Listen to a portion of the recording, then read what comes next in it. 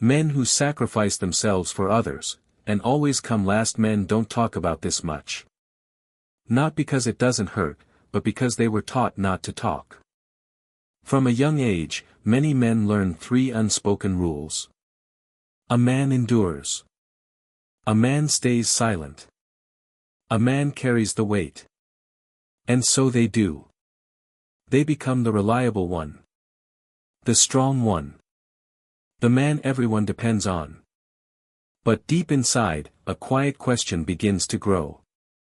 Who is there for me?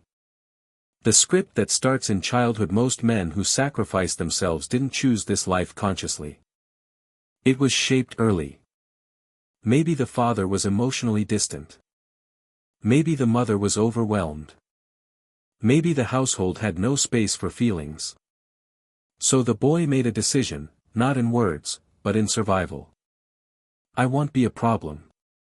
I'll help. I'll be strong. He learned to suppress his needs. To stay quiet. To adapt. He grew up fast.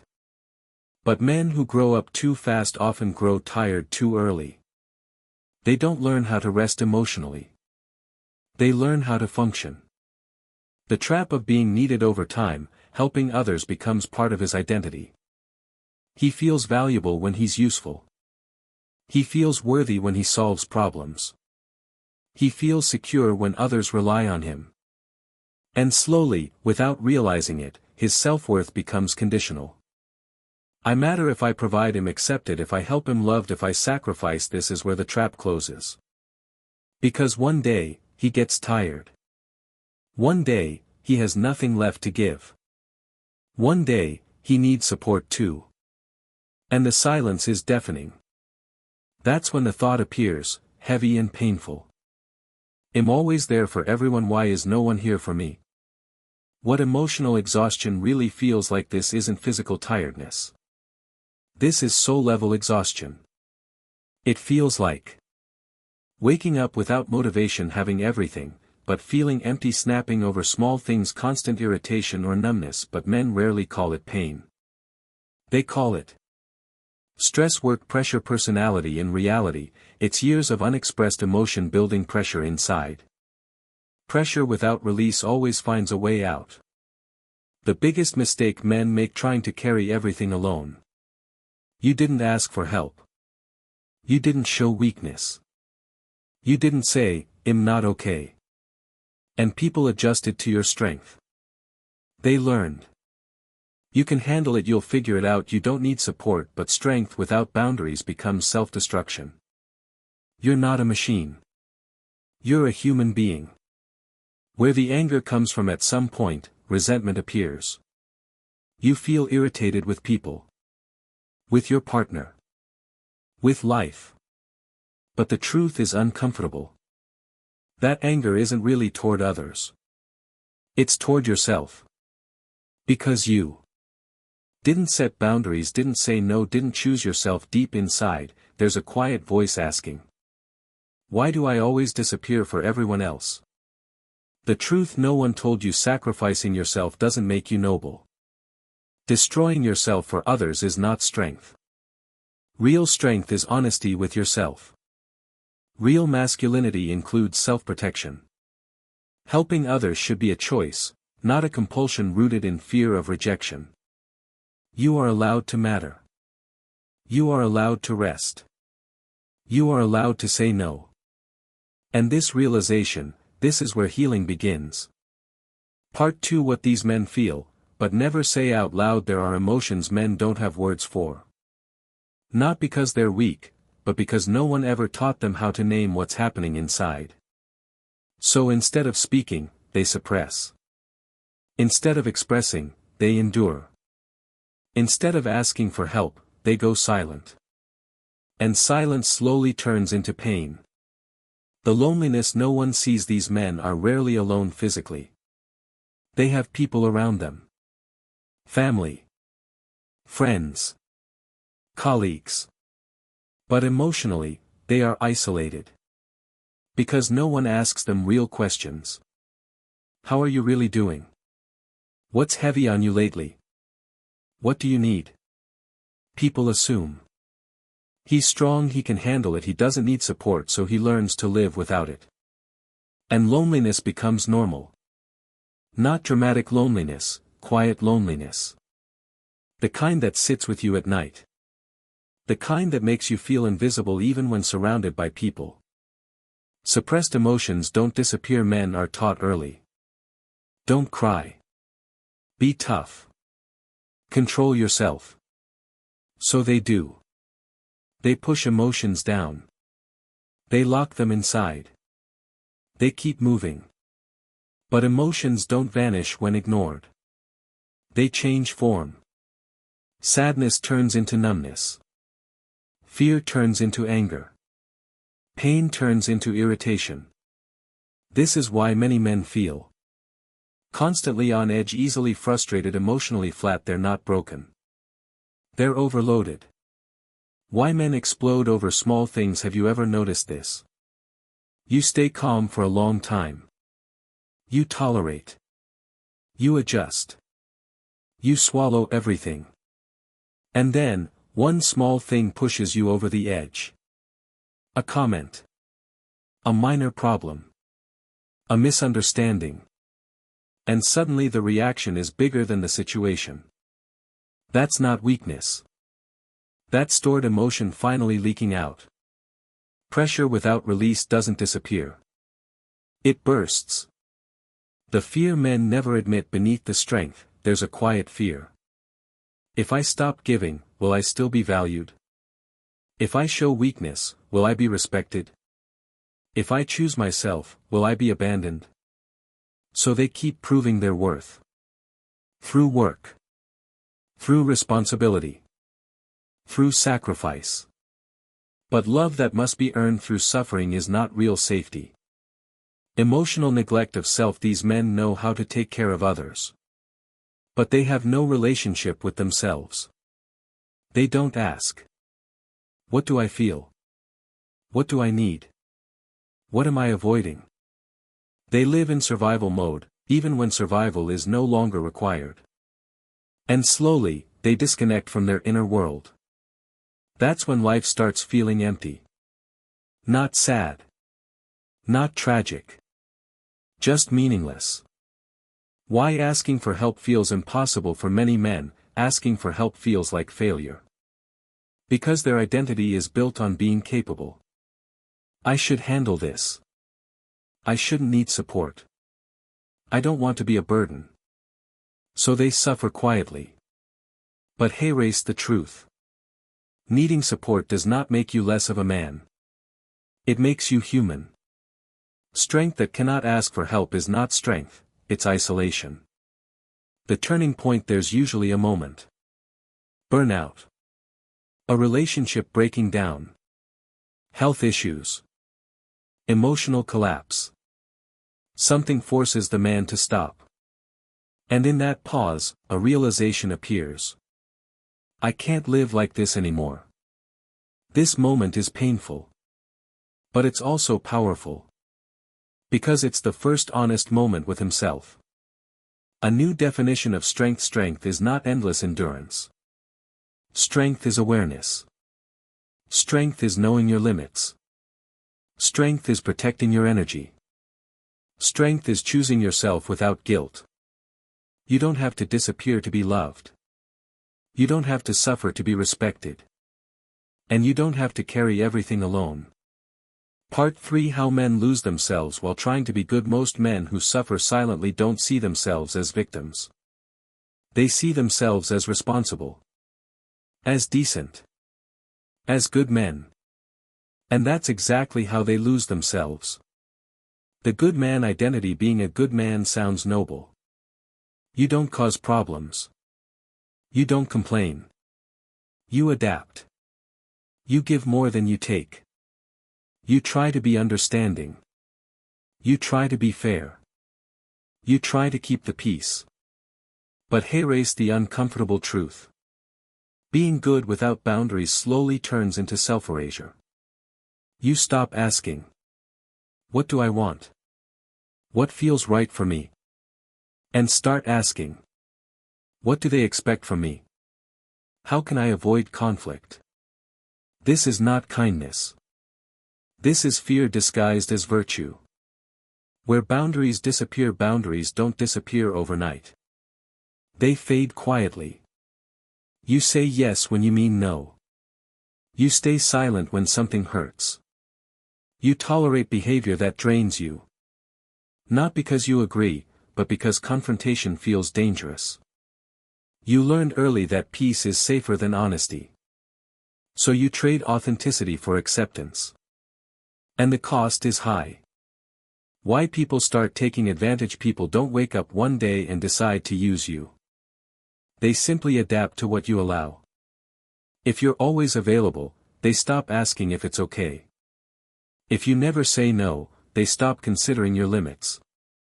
If you carry everything, they stop carrying anything. This isn't because people are evil. It's because unspoken boundaries don't exist.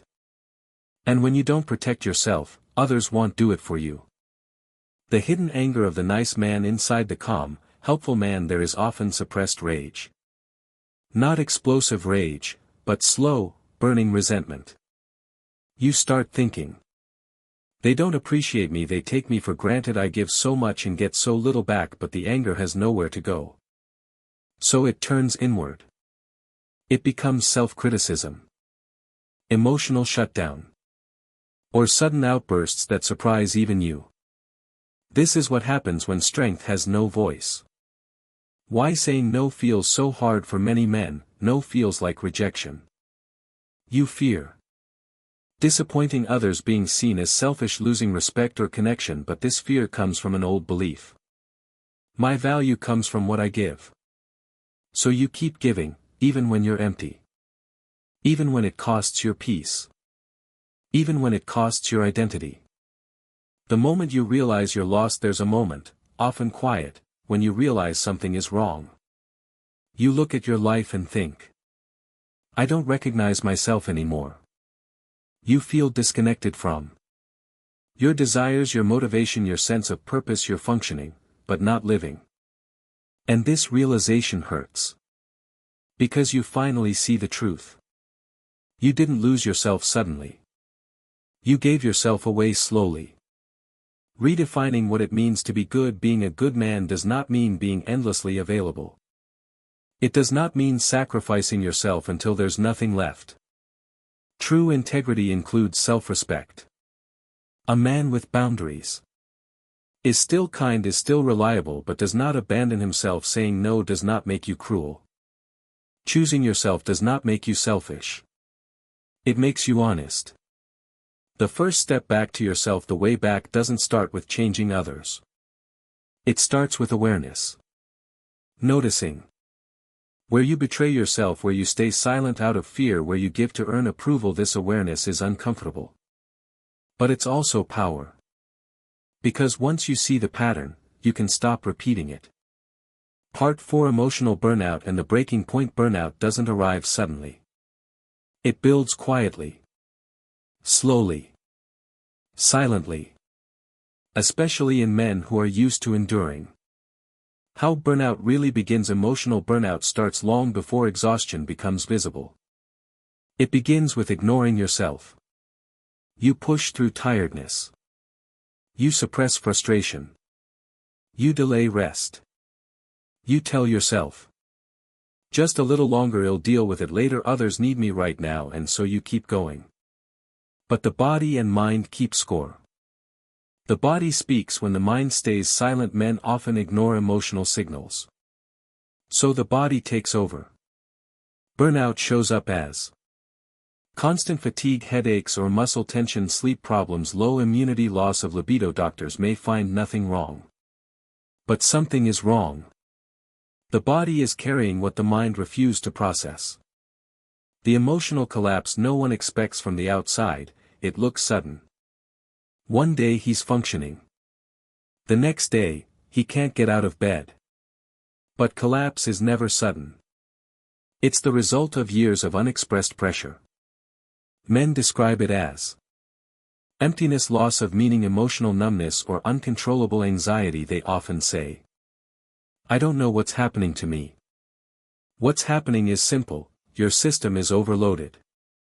Why this feels like failure for men: burnout often feels like personal failure. I should be stronger. I shouldn't be like this. Eve handled worse before.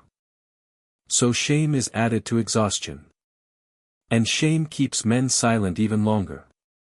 But burnout is not weakness. It's a signal.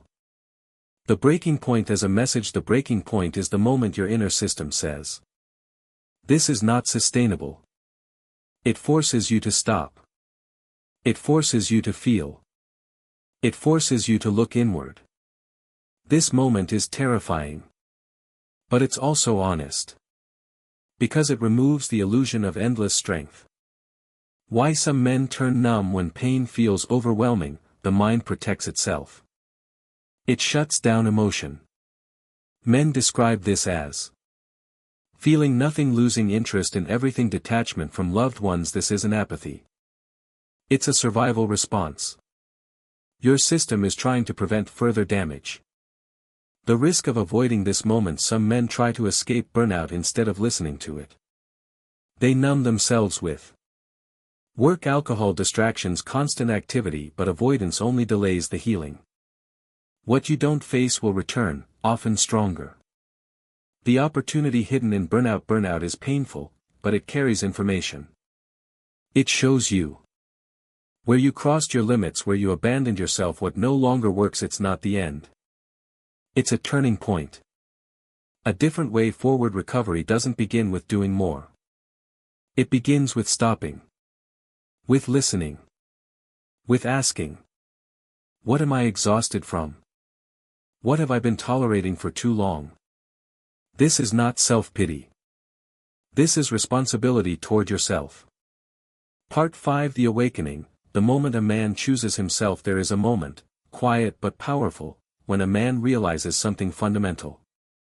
I cannot live like this anymore. Not out of anger. Not out of ego. Out of truth. What awakening really looks like. Awakening isn't dramatic. There's no sudden confidence. No instant clarity. It's simply honesty. You stop lying to yourself about what you can tolerate. You stop pretending that you're fine when you're not. And that honesty feels uncomfortable. Because it challenges the identity you've lived in for years. The fear that comes with choosing yourself. Choosing yourself brings fear. You fear being seen as selfish, disappointing others, losing relationships because your worth was tied to sacrifice. So when you stop sacrificing, your nervous system panics. But this fear is not danger. It's unfamiliar freedom. Why self-choice is not egoism. Egoism is taking without care for others. Self-respect is refusing to abandon yourself. A man who chooses himself doesn't exploit others, doesn't dominate, doesn't withdraw. He simply stops self-betrayal. And that benefits everyone. Because a depleted man cannot be present. A resentful man cannot love. The shift from survival to intention. For years, you lived reactively. Responding. Fixing. Carrying. Awakening introduces intention. You begin asking, do I want this? Is this aligned with me? What does this cost me? These questions change everything. The guilt phase. Guilt is inevitable. You feel guilty for resting. Guilty for saying no. Guilty for prioritizing yourself. But guilt doesn't mean you're wrong. It means you're breaking an old pattern. Don't obey guilt blindly. Observe it. It's just the echo of conditioning. Learning to stay with discomfort. Choosing yourself creates tension. Others may react. Dynamics may shift. This is where most men retreat. But growth requires staying.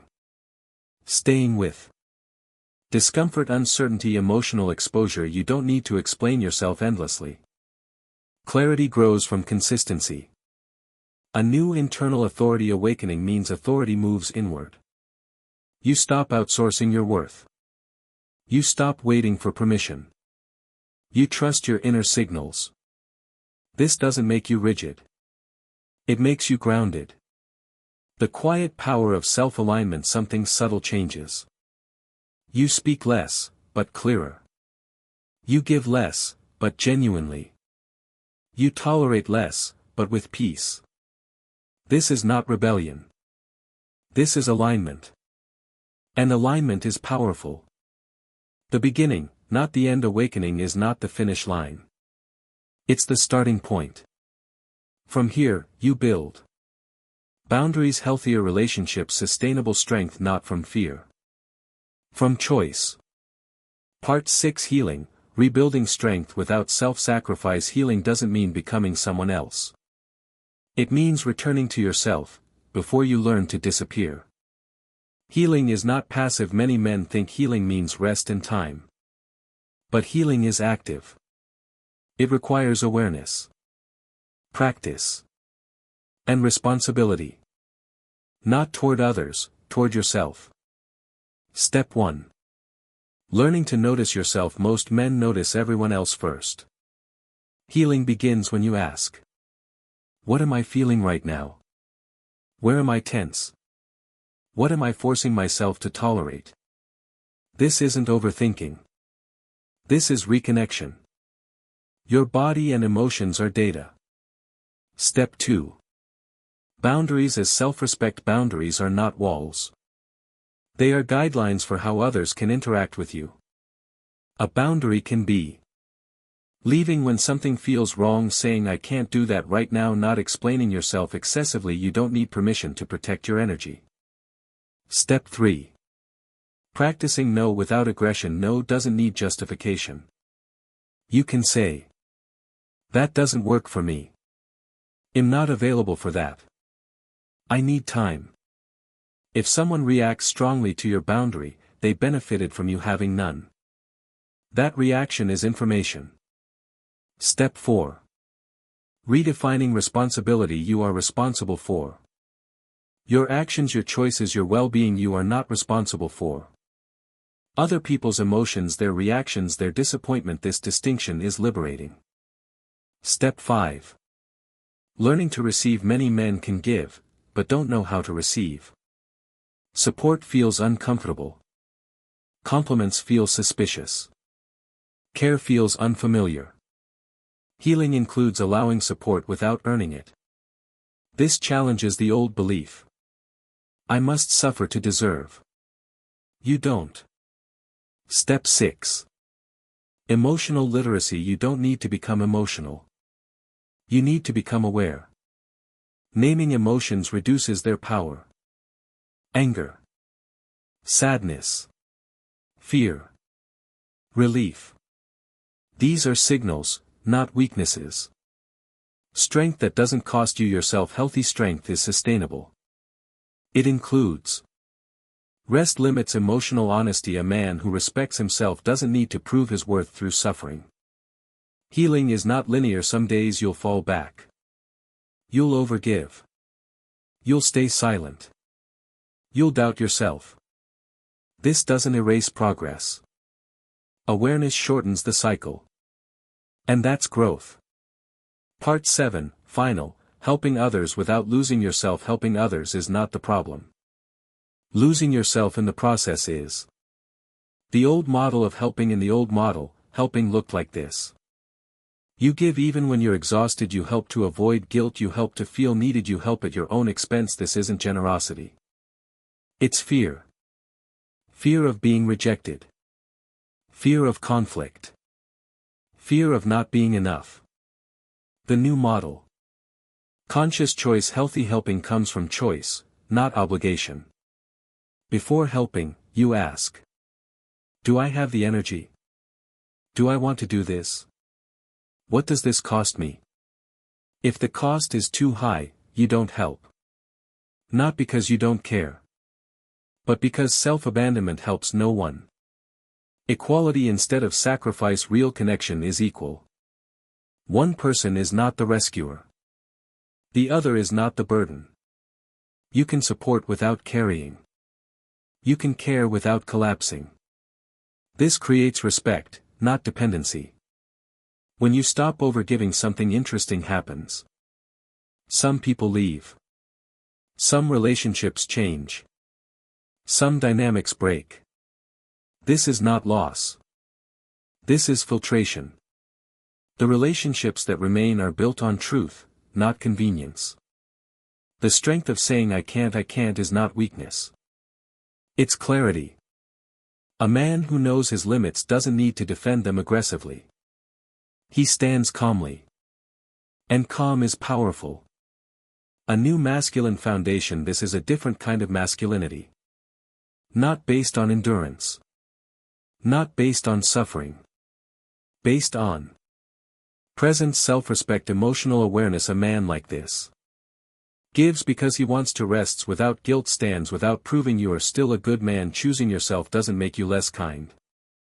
It makes your kindness real. It removes resentment. It removes exhaustion. It removes hidden anger. What remains is grounded generosity.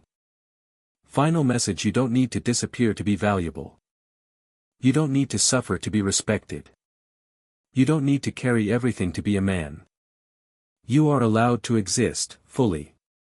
And when you help others from a place of wholeness, you don't lose yourself. You finally show up as yourself.